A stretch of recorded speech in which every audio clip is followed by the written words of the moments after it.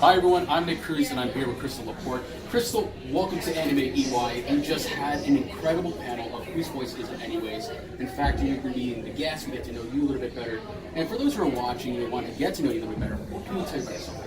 I am a voice actress for primarily Japanese animation living in Dallas, Texas. That's about it. Usually what the reason I'm at the conventions is. Wonderful. And so for those who want to know, what kind of roles have you done recently? I've done a little bit here and there between studios in Texas mostly. Some of the roles that people might know me from are Mirai Kuriyama from Beyond the Boundary. More recently, I was Nika Kateyainen in Brave Witches, which is a spin-off of Strike Witches. Tina in Overlord. I was in the Junji Ito anthology more recently, and I'm currently working on a Western animation with an amazing, with an amazing animator called the Has Been Hotel that I'm really excited about. So it sounds like you got a lot of great projects coming your way, which is fantastic. Yes. And now, not only that, but to get to know you a little bit better, I heard you're a huge cat enthusiast. You have a cat. Tell us about your cat. My cat is named Atticus Sphinx Esquire, and he's a sphinx. My boyfriend can't have animals with a lot of pet hair and dander due to medical issues, so we were super sad that we'll never have floofy cats again, but then we found a woman who was breeding sphinxes, and they're hairless cats, and he's so wonderful. But yeah, I really like my cat. That's adorable. And you get your cat habits on like Twitter, Instagram, as some people do. No, I don't. I don't have Facebook, and I think the last time I tweeted was last February, so I'm not very good at Twitter. But I do have an Instagram, but it's kind of like a catch-all everything, but there's a lot of pictures of him there. Okay, so if you guys want to check out your cat, what's the handle for that? I could be lying, but I think my Instagram is my name, Krystal Laporte, VA. I think that's it. Okay.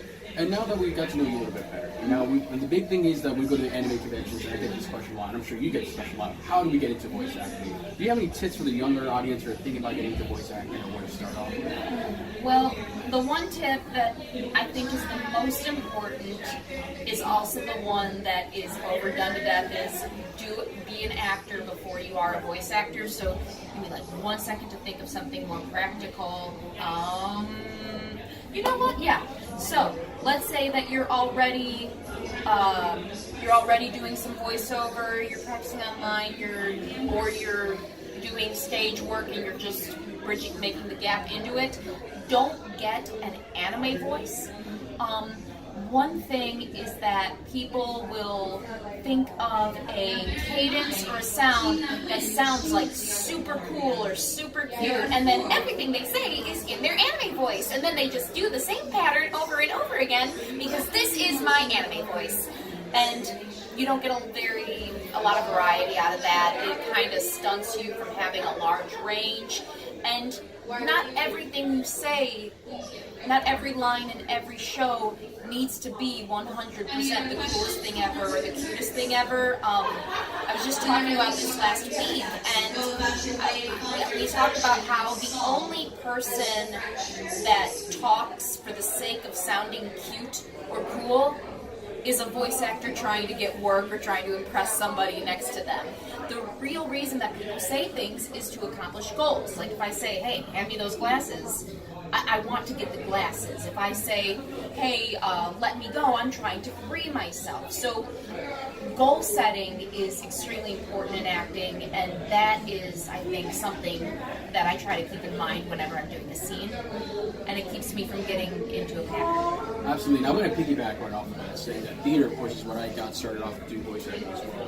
I did theater for 6 years. I did broadcasting for 13. I started off as a young kid doing it, and I'm learning all these different techniques and seeing all these different ways that you can progress as an actor. I mean, I started doing voice acting, as we know, through like video games, anime last year. and I would do horribly. At first I sent a bunch of submissions, no roles, didn't get anything back. 1 year later, I started practicing, trying more original voices rather than impressions, and lo and behold, now I got my first official video game contract, and now my second one coming in. So I think for the younger audience, thank you, appreciate it. And for those who are trying to get into it, it's something I was stressing out the last panel, Anime Iwai mini we did. It's not just about your voice, it's about being original, using your feelings. You want the audience to feel what the characters feel. That's the number one thing. So it's also about being consistent and using your diaphragm. I think a lot of people miss using their diaphragm. Mostly using your throat is where it goes, and then you burn out their voice and they're out of work. So I think that's my tidbit, and I think that's a great tip, so thank you for that as well. And if they want to see more of your work, where they can go to see more stuff right now? Right now they can go, Funimation.com has several things. Amazon, I know, sells things. I'm not super up to date with the streaming. I usually just do Netflix or Hulu, and I don't know how much of it is on those, but I do know that the Funimation channel or the Funimation website has an amazing streaming service for, I think it's something like $7.99 a month for a huge amount of both subbed and dubbed anime. So I really recommend that you check them out. Awesome. So you can check her out, all of her work at Funimation. And last but not least, if you want to go ahead, I know you were doing a donation today. Did you want to do a shout out for that? If they want to donate money to your friend? Right now, I believe the website that he was doing his donations on was either changed ownership or something, so we have not currently started up a new online thing.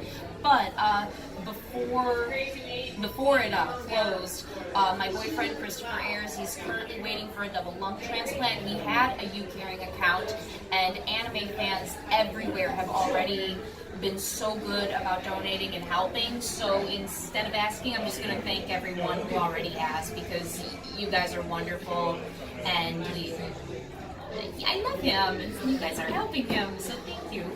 And thank you guys for everyone else for watching us and supporting us voice actors, in the industry. And we want to say thank you to all of you guys. And don't forget to follow us on our YouTube page, subscribe. You can also follow us on Facebook.com/OpenHouseStudioX, so you can see more content and everything else that we have to offer. We also do have a foundation that we work on as our biggest philanthropy here in South Florida, which is for the Autism Foundation of South Florida.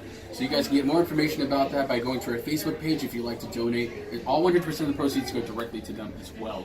Until then, Krystal, thank you so much for having us on here for our short interview, and we will see you guys next time.